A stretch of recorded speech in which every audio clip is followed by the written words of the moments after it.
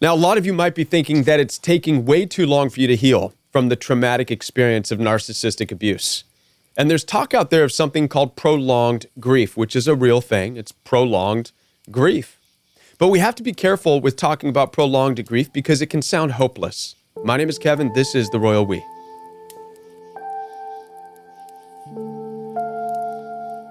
Now, before we talk about prolonged grief and misguided grief, I want to let you know that I'm here for your support.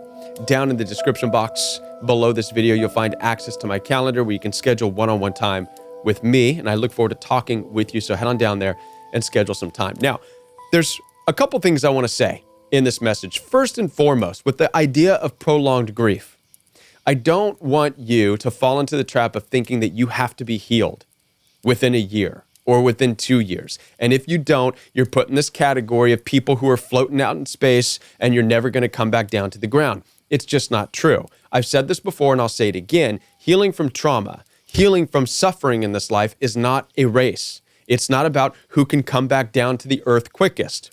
It's about a very personal journey. And it may take you 2 years, 3 years, 4 years, and 5 years, maybe even more. But the point is that if you're not back down, if your feet haven't touched the ground, if you're not yet comfortable and happy yet, that doesn't mean you are stuck forever in this vast black hole called prolonged grief. All right? Prolonged grief is a clinical term where they have said, okay, if somebody's not healthy and happy after a year, well, now they're in prolonged grief and, well, it might be hopeless. It's not. Now, as far as the solution goes for the concept of prolonged grief in your life, this grief that doesn't seem to go away, I want to present another idea, something that I've discovered in my own healing journey, and that is misguided grief or misdirected grief, if you will. And I believe that this misdirected grief in life is an answer, is a solution to understanding your prolonged grief. What is misdirected, misguided grief? It happens to be grief in your life that you never knew how to process. The things in life that you've experienced that you didn't know how to feel about it. You didn't know what emotions to even have, and so you turn them off completely. You stuff them. And these things get stored. They don't go anywhere. They are stuffed as undealt with emotions, undealt with feelings, undealt with grief that is now coming out towards narcissistic abuse. Let me explain this, giving you some very personal information about myself and how I'm discovering this in my own life. My mother passed away in 2006 from alcohol. My mother was an alcoholic. And one night she had too much to drink and her insides failed her. Now, before I get into how I process this, I want to give you some background information about my relationship with my mom. And again, I'm going to be very personal with you here, and I'm providing therapy for myself as I'm talking about this. But my mother was in and out of very abusive, toxic relationships, including with my dad. My dad was not that great of a guy. When they were married, he left our family when I was 4. He left my mother, my brother, and I. My mother basically raised myself and my brother by herself. She was very responsible as far as making sure we were fed, clothed, providing a roof over our heads, but she did these things alone in life. She did not have the support or the help of a good man. Even when my mom was remarried, that also was a very abusive relationship.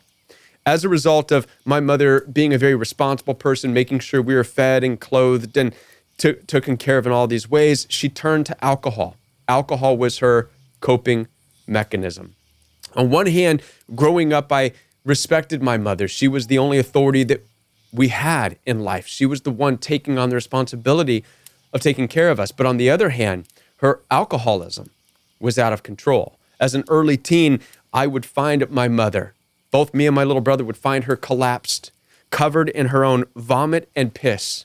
And we'd have to respond to that and carry her lifeless, drunk body into the bedroom.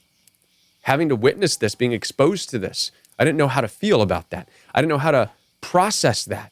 So I learned to just detach from the emotions and just thrust myself into my own responsibility, which is get my mother out of the middle of the street and carry her inside. And this became my relationship. And then I never talked about it with her.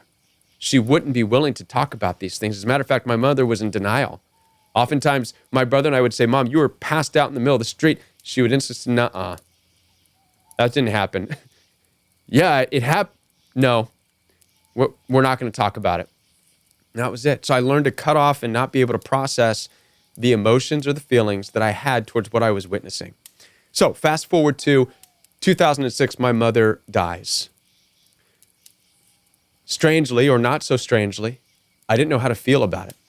I didn't know how to process any emotions whatsoever. I didn't cry once. Instead, I thrust myself into the responsibilities associated with death. How many of you have experienced that? There's a lot of responsibilities. Going to the newspaper, writing the obituary, calling family, calling people, organizing the burial, organizing the church, hiring the priest, signing the papers, dotting the I's. I thrust myself into that, into the busy aspects of dealing with my mom's death, and never even grieved the loss, mourned the loss, nor did I even know how. I was detached in my emotions from that because I didn't know how to feel emotions towards it. I didn't know what emotions to feel towards it. So these things in life become misguided grievances, misdirected grievances, because it goes somewhere. Where'd it go? You can't just thrust yourself into things like I did and these things just go away. The feelings, the emotions go away. No, they were inside me. They have been this whole time. Now watch this. This is interesting. Why am I sharing this with you?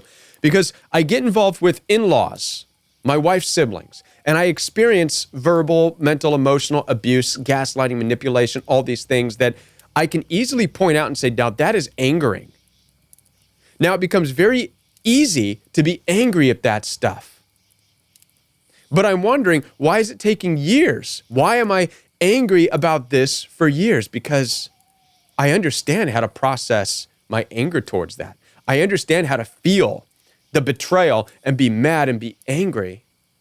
Feelings that I never understood or was able to process that I had with my mother, or long before that with my father, for him leaving when I was 4. So not knowing how to process and grieve the loss of these things in life, people who were in my life since day one, these people deserve my grieving, do they not? My mother deserves me to grieve and mourn that loss, but I didn't know how. These people, these siblings of my wife's in-laws, they were only in my life for a year, 2 years, 3 years, as far as the amount of time that I engaged with them and experienced emotional, mental abuse. Why does that even deserve me to grieve? It doesn't. But this is the concept of taking grievances in life that we never knew how to feel and process and putting it on something that's easier to process. Do you follow me? It's easier for me to be angry at people calling me names. That makes sense to me. I know how to process that and grieve that. And as a result, I've been able to hang on to anger for 5, 6, 7 years, what we call prolonged grief. So I want to challenge you in this message, for those of you who are struggling with prolonged grief in life. If you want to seek therapy, give this a test in your own life. It's what I'm doing as well. Let's lay to rest for a while these people who are only in our lives for a year, 2 years, who are emotionally abusive. Let's lay that to rest for a minute, because really they don't deserve the grief. Let's instead focus our therapy sessions, whatever that looks like, counselor, church leaders, focus on how to process and grieve the loss, the betrayal, and the things you were never allowed to feel all throughout your lives. You were never taught how to feel. Learn how to feel and process those things. And if I'm right, it will lower the importance of the narcissistic people in your life, right? Unless narcissistic people are the same family you've always been fighting with. But I'm talking about, boyfriends, girlfriends, friends, whatnot. It'll lessen the importance of them as you process everything that you've avoided processing throughout your life. I hope that this helps and resonates with some of you. I want to be a part of your healing journey, help you to understand these concepts. Down below in the description box, you'll find access to my calendar for one-on-one appointments, telephone calls, FaceTime, WhatsApp, video calls, text message consultations. It's all available for you.